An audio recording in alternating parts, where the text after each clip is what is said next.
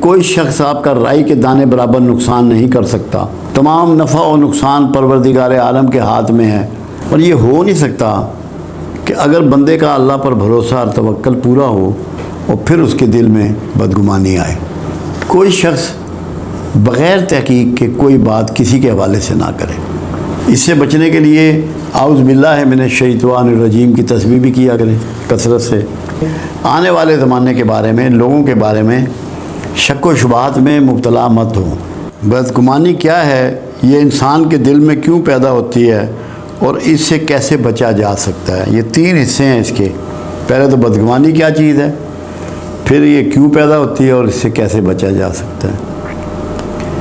بدگمانی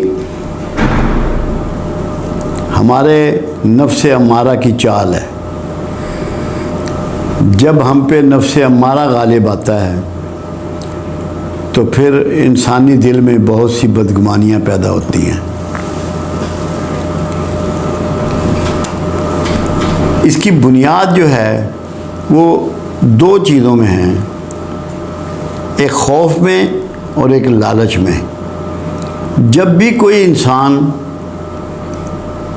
اپنے مختلف معاملات میں اللہ پہ بھروسہ کرنے کے علاوہ مخلوق پہ بھروسہ شروع کرتا ہے یا مخلوق سے مفادات وابستہ کرتا ہے یا مخلوق سے خوف محسوس کرتا ہے، پھر اس کے دل میں بدگمانیاں پیدا ہوتی ہیں۔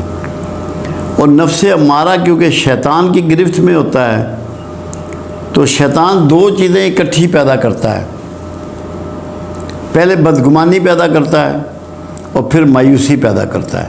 یہ جڑی ہوئی چیزیں ہیں۔ بدگمانی یہ ہوتی ہے کہ فلاں شخص مجھے نقصان پہنچائے گا، میرا دشمن ہے، اس نے میرے بارے میں یہ باتیں کی ہیں، میں امتحان میں کامیاب نہیں ہوں گا، کوئی نقصان پہنچ جائے گا،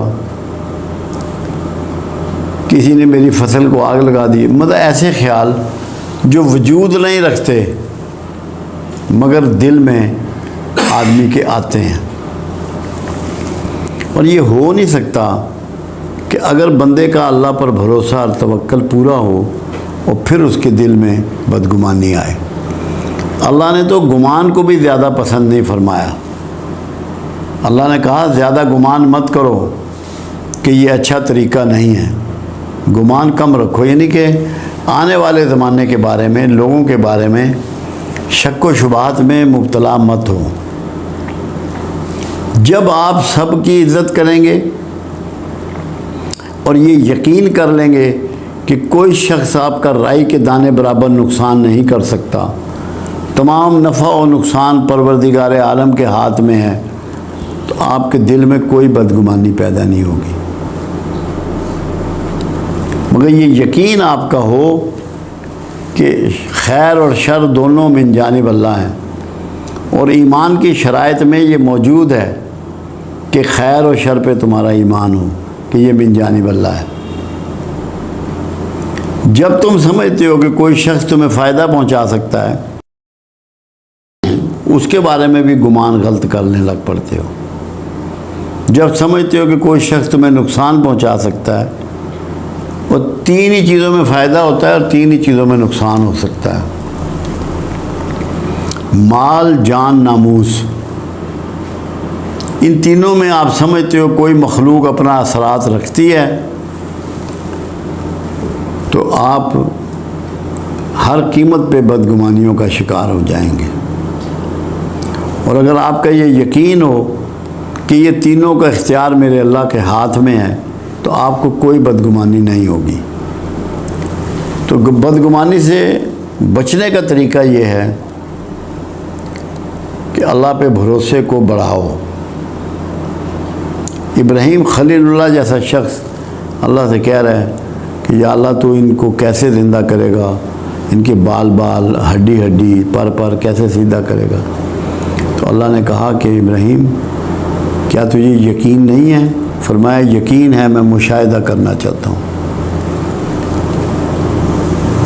اگر آپ مشاہدے کے طالب ہو جائیں، یعنی کہ ہر چیز میں غور و فکر کریں، کسی چیز کے کامیاب ہونے میں، کسی چیز کے ناکام ہونے میں، کسی چیز کے سودمند ہونے میں، کسی چیز کے نقصان دہ ہونے میں، تو یہ بھی آپ کو ہیلپ کرے گی اس بات میں کہ بدگمانیاں پیدا نہیں ہوں گی۔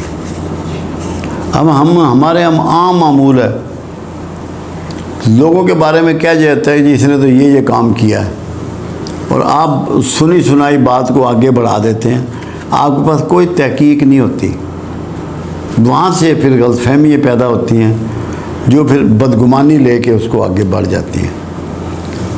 کوئی شخص بغیر تحقیق کے کوئی بات کسی کے حوالے سے نہ کرے، اور بھروسہ نفع اور نقصان کا صرف اپنے اللہ کی طرف موڑ دے، تو نہ اس سے بدگمانی سے بچنے کا اس سے۔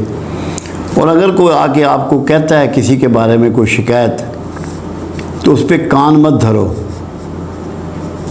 جب موقع ملے اس کی تصدیق کر لو۔ کوئی آپ کا نقصان نہیں کر سکتا اور کوئی فائدہ نہیں کر سکتا اگر اللہ نہ چاہے، تو آپ توکل بڑھائیں، گمان ہوا میں اڑ جائیں گے، کوئی بدگمانی آپ کو نہیں ہوگی۔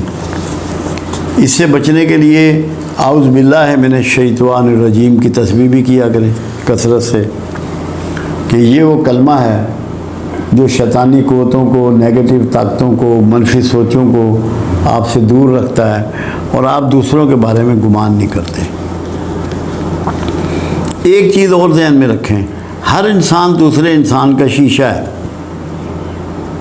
جب آپ کسی کے بارے میں بدگمانی کر رہے ہیں نا، تو آپ یہ سمجھیں کہ یہ نقص آپ میں ہے، کیونکہ آپ شیشہ ہیں اس کا۔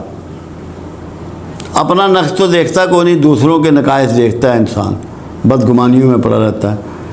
اپنے نقائص پہ نظر ڈالیں، اپنی مانیٹرنگ کریں، اپنا احتساب کریں، دوسرے کی باری نہیں آئے گی، کیونکہ آپ دوسرے کو تبدیل نہیں کر سکتے، اس لیے اپنے بارے میں غور و فکر کریں، پھر آپ کو یہ کوئی اس قسم کا تصور جو ہے بدگمانی کا دل میں نہیں آئے گا۔